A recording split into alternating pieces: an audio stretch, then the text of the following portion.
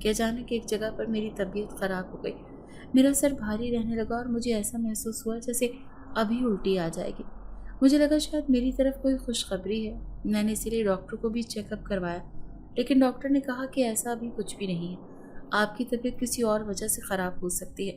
اس نے کچھ دوائیاں وغیرہ دے دی اور کچھ طاقت کی گولیاں کھانے کے لیے دی، لیکن ان سے بھی مجھے فرق نہیں پڑا۔ اب صورتحال یہ ہو گئی تھی کہ میں ہر وقت تھکی اور الجھی ہوئی رہتی تھی۔ جب بھی یہ میرے قریب آنے کی کوشش کرتے میں چیخنے لگتی اور اونچی اونچی چلانے لگتی، یا پھر زور زور سے رونے لگتی، یا کبھی ان کو مارنے کے لیے بھاگتی۔ نتیجتاً ہمارے درمیان ایک بہت بڑی دراڑ پیدا ہو گئی تھی، ہمارے تعلقات خراب ہو گئے تھے۔ میں اپنے آپ کو کمرے میں بند رکھتی تھی، میں ان کے پاس اور ان کے سامنے آنا چھوڑ دیا تھا اور ان کے لیے سجنا سورنا چھوڑ دیا تھا۔ میں اپنے حال میں مست ہو گئی تھی، انہیں میری کیفیت سے بہت تکلیف تھی۔ میرے سامنے ان کی محبت سچی تھی، اس وجہ سے ایک دن مجھے دم کروانے کے لیے زبردستی اپنے ساتھ لے گئے۔ میں نے ان کو بہت نوچا، کھسوٹا، ناخن مارے، تھپڑ مارے، لیکن یہ مجھے اپنے ساتھ زبردستی لے گئے۔ اور وہاں جا کر ہمیں جو پتہ چلا تو اس نے تو ہماری دنیا ہی اندھیر کر دی۔ ہمیں بتایا گیا کہ میرے اوپر ایک جن عاشق تھا اور وہ کسی بھی طرح سے میری جان چھوڑنے کو تیار نہیں تھا۔ وہی ہمارے تعلقات خراب کر رہا تھا۔ وہاں کے ایک بزرگ بابا جی نے مستقل میرا علاج کیا، مجھے تعویذ دیے، مجھے دم کیا، میرے لیے چلا کاٹا اور پھر اس جن کو قابو کر کے اپنے پاس قید کر لیا۔ لیکن وہ جاتے جاتے مجھے دھمکا کر گیا تھا کہ وہ کسی بھی طرح میری جان نہیں چھوڑے گا اور وہ واپس پلٹ کر ضرور آئے گا۔ ہماری جو کہ اس سے جان چھوٹ گئی تھی، اسی لیے ہم نے اس کی باتوں پر دھیان نہیں دیا، لیکن مجھے کبھی کبھی خواب میں وہ نظر آتا تو میں ڈر کر اٹھ کر بیٹھ جاتی۔ بہت عرصہ میری کیفیت اسی طرح ڈری سہمی رہی، اور پھر آہستہ آہستہ جب میں زندگی کی طرف لوٹ گئی تو اللہ نے مجھے خوشخبری سنا دی اور یکمجھ 3 بیٹیوں سے میری گود بھر دی۔ میں اپنے گھر اور بیٹیوں میں اتنی مصروف ہو گئی کہ اس بات کو بالکل بھول گئی، اور جب اس دن سارا کے ساتھ وہ سب کچھ ہوا تو مجھے سب سے پہلے اسی کا خیال آیا، اور اس کے بعد جو بھی حالات ہوئے سب آپ کے سامنے ہیں۔ مجھے معلوم ہے کہ یہ سب اسی کا کیا دھرا ہے، وہ اپنی شکست کا بدلہ لے رہا ہے کہ وہ میری تینوں بیٹیوں پر عاشق ہے۔ وہ میرے اندر کبھی گیا ہی نہیں تھا، اسی لیے جب میری بیٹیاں پیدا ہوئیں تو وہ ان پر بھی عاشق ہو گیا۔ وہ میری بیٹیوں کے ذریعے واپس آ گیا، لیکن مجھے کبھی یہ بات محسوس نہیں ہوئی، اور اب جب وہ جوان ہو گئی ہیں تو وہ انہیں اپنے ساتھ لے گیا ہے۔ خدا را میری مدد کیجیے اور میری بیٹیوں کو واپس لانے میں میرا ساتھ دے۔ بی جان ساری کہانی سناتے ہوئے رو پڑی تھی۔ آغا جان بہت ہمت کے ساتھ بیٹھے ہوئے تھے۔ ان بزرگ نے سب سن کر سر ہلا اور کہا کہ بیٹی تم بالکل ٹھیک کہہ رہی ہو، وہ جن واقعی بچیوں کی پیدائش کے ساتھ ان پر عاشق ہو گیا تھا، اسی لیے ان کے ساتھ ساتھ رہا۔ میں جب ادھر آیا تھا تو میں نے ساری صورتحال دیکھ لی تھی، اسی لیے میں نے تمہیں بلوایا تھا۔ تمہاری بچیاں ویسے بھی بہت خوبصورت اور غیر معمولی طور پر ذہین ہیں، اور جنات کو خوبصورتی اور ذہانت بہت پسند ہوتی ہے، اسی لیے وہ تمہارے پیچھے بھی تھا، لیکن تم نے اس سے چھٹکارا حاصل کر لیا۔ لیکن تم سے دور ہو کر بھی وہ دور نہیں ہوا، اور پھر وہ تمہاری بچیوں پر عاشق ہو گیا اور ایک ایک کر کے تینوں کو اپنے قبضے میں کر لیا۔ لیکن تم فکر مت کرو، اب میں اس کا ایسا حل کروں گا کہ وہ ساری زندگی کبھی پلٹ کر بھی تمہاری طرف دیکھے گا بھی نہیں۔ اس کے ساتھ ہی بابا جی نے کچھ پڑھائی کی اور ان سب کو گھر سے باہر رہنے کا کہہ کر خود گھر کے اندر چلے گئے اور ایک تعویذ لا کر اسے گھر کے اندر بیچوں بیچ رکھ دیا۔ وہ تعویذ گھر میں سلگنے لگا اور اس کا دھواں گھر میں پھیلنے لگا۔ اس تعویذ کے ساتھ تیز بو پھیل گئی جس نے سارے گھر کو اپنی لپیٹ میں لے لیا، اور پھر بابا جی نے پانی کے اوپر دم کر کے دیواروں پر چھڑکا، اور سارے گھر کی دیواروں پر پانی چھڑکنے کے بعد انہوں نے پڑھائی کر کے پھونک ماری تو ہر دیوار میں سے چیخوں کی آوازیں بلند ہونے لگی۔ وہ جیسے جیسے پانی چھڑکتے جاتے ویسے ویسے دیواریں چیخنے لگتی۔ بی جان اور آقا جان اس ساری صورتحال کو دیکھ کر انتہائی خوفزدہ اور پریشان ہو کر رہ گئے۔ کتنی ہی دیر وہ چیخیں بلند ہوتی رہیں اور پھر آہستہ آہستہ کم ہوتی ہوتی ختم ہو گئی۔ وہ تعویذ بھی جل کر راکھ ہو گئی اور اس کے ساتھ ہی وہ خاص بدبو بھی ختم ہو گئی تھی۔ بابا جی نے سارے گھر میں گھوم پھر کر پڑھائی کی تھی۔ وہ سارے گھر میں دم کرتے رہے اور بی جان اور آغا جان سے کہا کہ کل تک بچیاں بھی واپس آ جائیں گی۔ میں نے اس جن کی طاقت کو کم کر دیا ہے، وہ اب اپنے قبضے میں انہیں نہیں رکھ سکتا۔